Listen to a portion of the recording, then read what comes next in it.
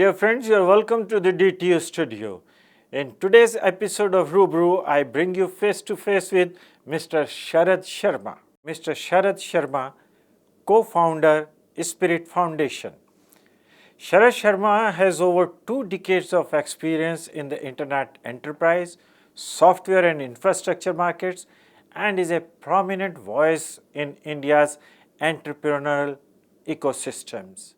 So, Mr. Sharad Sharma, here you are with us in our DTU studio, and you have been a student of DCE, then DCE, and today DTU, and passed out from 1986 batch. It's been a long journey. It's been a long journey. I don't know where the time has gone. I can't believe it's 33 years. Looks like yesterday to me. And but I've been very privileged. I think the grounding that I got here helped me a lot, and I was part of a whole wave of things that was happening. I was able to get in early and then do things that I really enjoyed, and I optimized for that, and so I had fun all along the way. So I can't believe 33 years have gone by, and I'm still charged up and raring to go. I have hopefully many more years inside me, and so it's a pleasure and a privilege to be back. And you were also chairperson of IEEE when you were a student. Yes. And you also introduced that mini computer club. Yes. Isn't it? I'm very grateful to Professor Kundu, who used to be our head of department at that time. He was a tremendously encouraging person. He used to nurture people. I was one of the beneficiaries because he sought to bring out the best in everybody. And we created something called the IEEE microcomputer club. Okay. And we got some Epson computers as gifts, and we essentially took them apart. We understood the operating system, and it used to be the CPM operating system. That led me to Unix and many other things in my life. And so I have very fond memories of that. Okay, rather than talking all professional things, I would want to know from you any funny moments you had when you were a student, or say any crisis. There were a lot. College life is lots of fun. Oh, yeah. And there are many moments that were there. In fact, in the final year, I was part of a group of people who also stood for elections. Okay. And although I didn't stand for elections, I was part of the team that was standing for elections. And our candidate lost by 4 votes. Oh. So when that happened, first we were gloomy because it was only 4 votes. But then we were thrilled because losing by 4 votes is credible losing. And you don't have all the responsibilities of winning. So we went and had a party. And our party was better than the winning camp's party. And I remember that created a lot of consternation. What is this? Lost and they're still having lot more fun. So college was a delightful period of growing up, experimenting with things. That is a stage when you can still enjoy your failures also. Yes, exactly. I mean, in life it becomes different. Yeah, but absolutely. as student, as youngsters, that's what this student community, overall when we are on the student campuses, that's what it teaches us. We can experiment. Right. And we have no fear of being a failure. Absolutely. Because we will be a success because we are a learner. Absolutely. We learn from those failures. Very well said. That's it. You're coming here for the first time, or you've been earlier? A few years back I came. I've been involved in some of these entrepreneurial activities that the college has been doing. Okay. And I came, and then there was, I think, a team that was competing for a NASA drones project. And at that time I had come to see what they were doing. So I have been occasionally involved, and so I'm happy to be back again. We have more than 95 societies, student societies, Yes. And they are all active societies. And then we have 5 councils. Right. Like we have a cultural council, then we have a techno council, then we have a sports council, then we have a literary and film council, and then a students council. Right. And these are very important because if you go back and look at the recent history, you can see that almost in all cases, hobbyists become businessmen. So I worked for many years in Yahoo, for example, and so David Filo and Jerry Yang, for them Yahoo was a hobby before it became a business. take Google. Google was a science project before it became a business. Right? I can go on and on and on and give you many examples where essentially what happens is you start with a sense of a hobby. In fact, many people, there are books written on this, that the most famous club in human history is perhaps the Homebrew Computer Club. The Homebrew Computer Club was in Silicon Valley, and it was to deal with how to build these computers out of microprocessors, and these were Commodore, Sinclair, Atari, and so on and so forth. But why is it the most famous club? Because two big companies came out of that, Microsoft and Apple. But they were essentially in the beginning hobbyists. So this kind of an activity that happens in the college is very important, right? Because out of this sometimes emerges things that can change society in the future.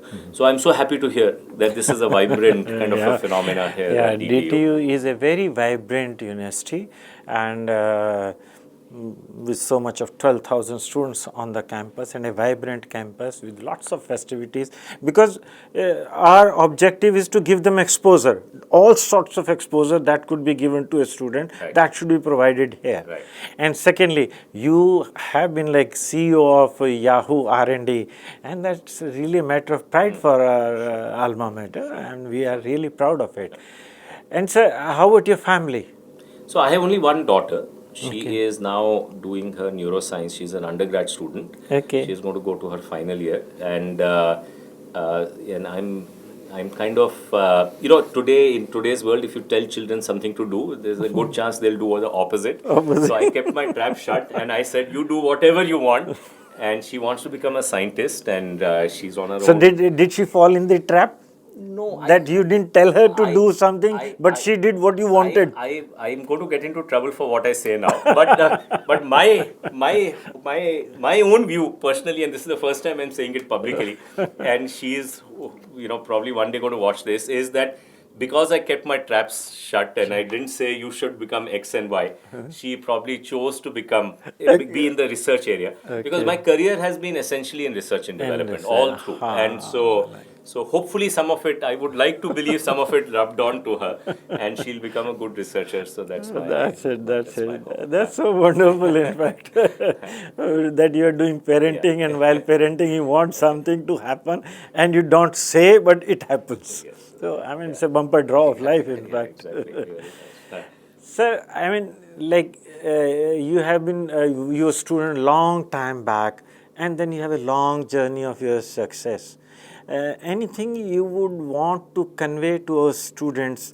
I mean, how creatively or vibrantly they should be moving, or what narrative or thought processes they should be carrying, so that they come out happy, contented, and achiever?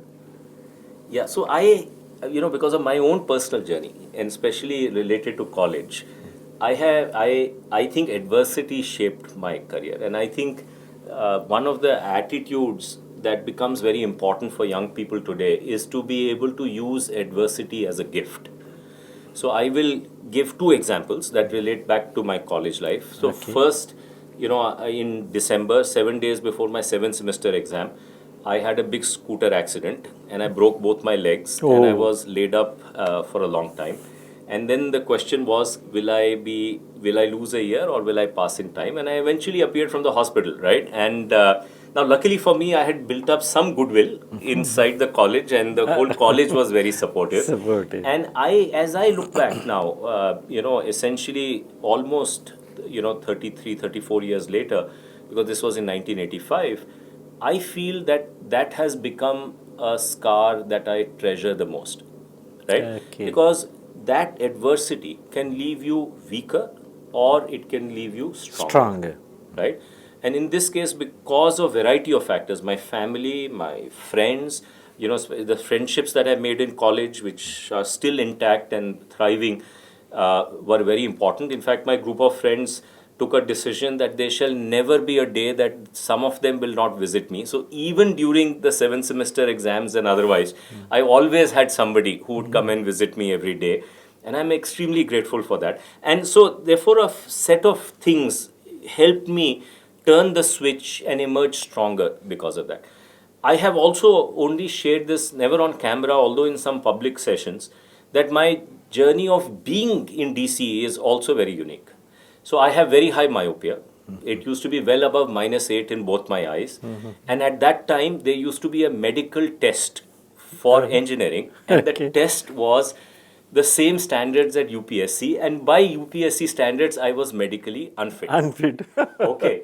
So the question was, so I couldn't do a government job anyway. I wanted to be an engineer, but engineering required this. But the rumor was that there were only two places where the medical test didn't happen. One was DCE and the second was Roorkee. Okay. Now this is pre-internet, so there was no way to confirm this. So my focus was to get into these two places, and I did get into both. But I joined college, but there was a stupid thing I was told to go and ask the admin office, do you have a medical test? Because if you ask them, they will say yes, and then there's problem. So I was not supposed to do that. So as a backup, I said, supposing they do a medical test and I get kicked out, what should I do? So I must have some backup thing. So my backup thing was that I will do philosophy honors. So I had signed up for philosophy honors in Hindu college and engineering for DCE. And, what a and contrast. I escaped ragging in both places because I had the card for the other place.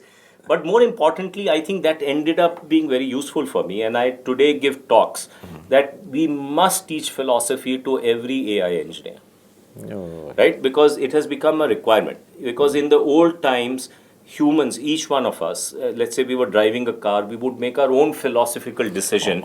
You know, if we have to, you know, if we are in a situation where we hit an old person here and a young person there, what should we do? It's a dilemma. It's a philosophical dilemma. Yeah. But we have never solved that philosophical dilemma as a society by delegating it to every individual to solve. But now an AI engineer is solving that, because in a driverless car, that algorithm will be solving it. So an AI engineer, either in the area of driverless car or in the case of health or even in the case of education, as AI becomes central to what we do, we need those engineers trained on those philosophical questions. And those philosophical questions have to be embedded in the algorithms that we make. So it's kind of a coming together of both things. But that is my secret, in a way, for being here in DC, my eyesight. And so my message to everybody is there will be adversity in life. That is the purpose of life. Life is never meant to be a straight line. And the question is, do you bounce back? Are you resilient? Are you like a tennis ball which can bounce back? You shouldn't be like a tomato, so that when it hits the floor, it splashes, right? And so that's something that we can learn in our early years, because what we learn in our early years will stay with us all through our life. Oh, yeah. And college and school are good times to learn that. They're good times to learn. It was so nice of you.